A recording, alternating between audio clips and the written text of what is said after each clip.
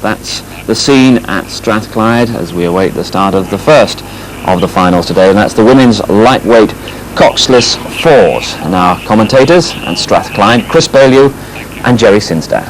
On Friday and Saturday we had heats and repechages and some finals, and then yesterday we had more heats and repechage, and now we have 8 finals today.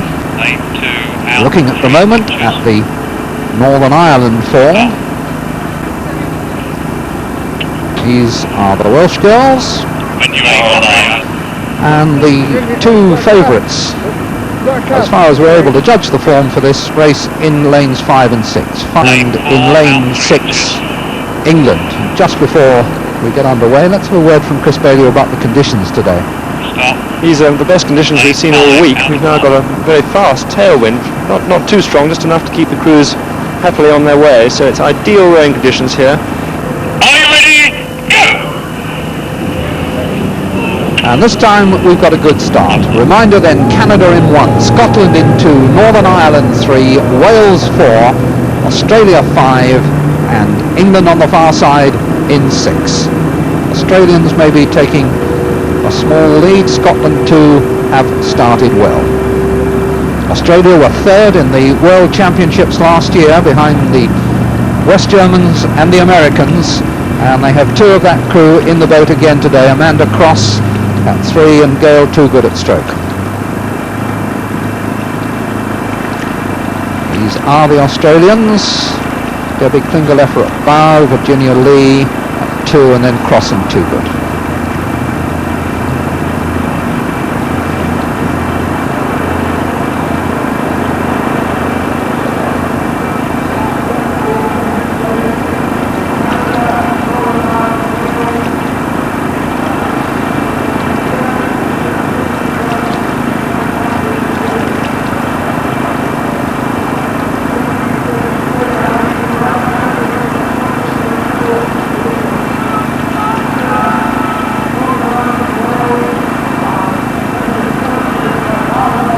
These are the English girls on the far side. Alexa Forbes at bow, Gillian Hodges 2, Lynn Clark, the wife of the coach Jim Clark at 3, and Judith Burns stroke. And approaching the 1500 metre marker with England and Australia absolutely level. Good race developing here in the final of the lightweight coxless fours. And this race is developing as was expected, with the 2 crews in lane 5 and 6 pulling out to a lead. I expect it to be extremely exciting through the second half. Both crews show tremendous training and stamina and will fight it out over the last half of the course. The English girls have shown the form all through the European season. They won at Nottingham and again at Lucerne and Amsterdam. Now there, Alexa Forbes looking for a double. Her brother won a gold medal in the coxless 4 on Saturday. It's a lightweight. Lynn Clark, rowing 3 in the English 4, has exceptional talent. She won a gold medal last year in the double scull. She's hoping to be one of the very few people to win a gold medal in both a rowing and a sculling event. She's been representing Britain since 1974. Since we last had rowing in the Commonwealth Games 24 years ago, women's events and lightweight events have been introduced, so these girls are making a little bit of Commonwealth Games history. Yes, but it's England against Australia for 1st and 2nd, and a real battle going on for the bronze medal position behind them. Wales in lane 4 just in front. Lightweight rowing has a weight limit of 9 stone. The crew has to be an average weight of 9 stone, and no one member of the crew can be more than about 2 pounds more than that. So they're long and thin, these girls. And 3 of this English crew competed as heavyweights and have had to lose up to 20 pounds to make the lightweight limit. And England with a length lead over Australia at the halfway mark. Canada in 3rd now. England will be delighted with this performance. I know they were expecting to have a very hard race of it in the second half.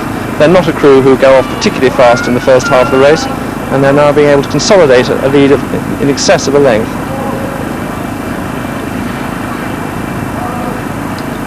Forbes and Hodges at bow and 2 there were members of the British Olympic 8 in 1984. And that's the order: England, Australia and Canada in third.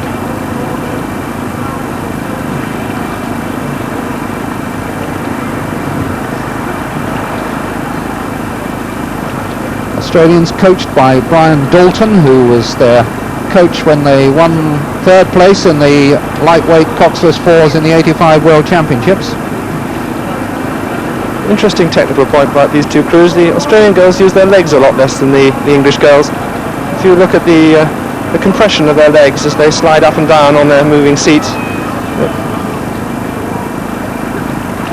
the Australians rode at a higher rate. They take more strokes a minute. They're at about 38. So the English girls at 35, rowing a longer, perhaps harder stroke.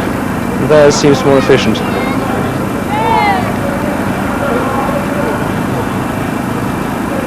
And the English girls looking longer and more relaxed, and it's showing with their lead. 500 metres to go. England lead by almost 2 lengths over Australia, with Canada beginning to move up on the Australians in third place.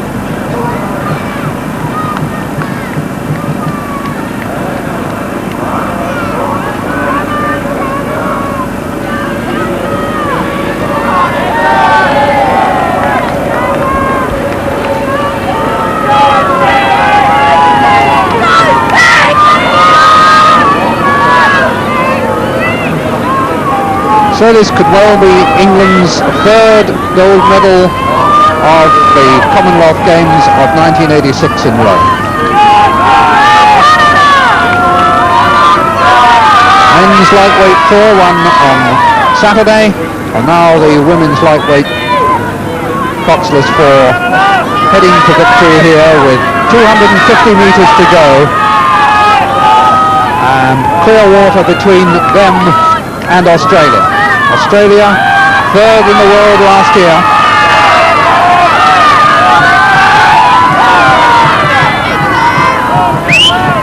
Canada beginning to press the Australians.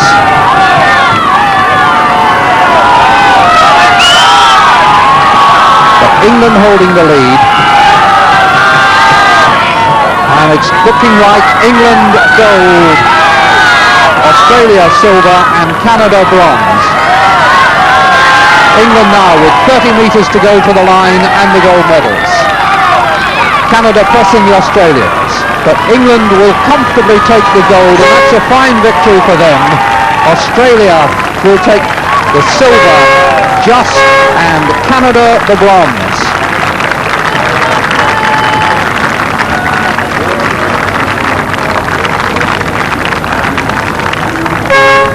Kind of psychological boost that spreads very quickly through a squad and will do England's hopes today no harm at all.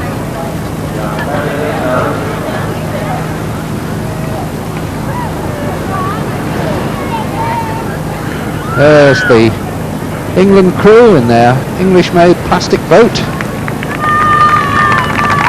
Alexa Forbes, Gillian Hodges, Lynn Clark and Judith Byrne. Gerald Judith Sinstadt. Byrne, Yes, Lynn congratulations Clark, here Gillian for Hodges, the winners representing from England in the lightweight coxless fours.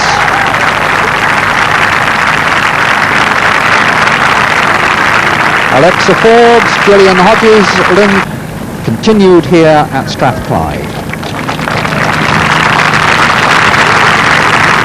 Coached by Jim Clark, husband of Lynn, who's at the 3 winner of the silver in the medals coxless for the 4 women's lightweight coxless fours, and silver medals Debbie Klingelepper, for Virginia Australia. Lee, Amanda Cross and Gail Toogood, representing Australia.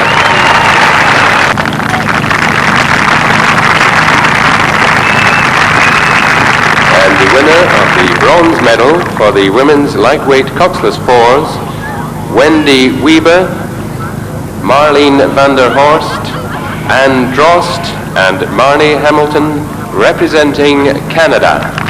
So it's been a happy visit to Scotland for this.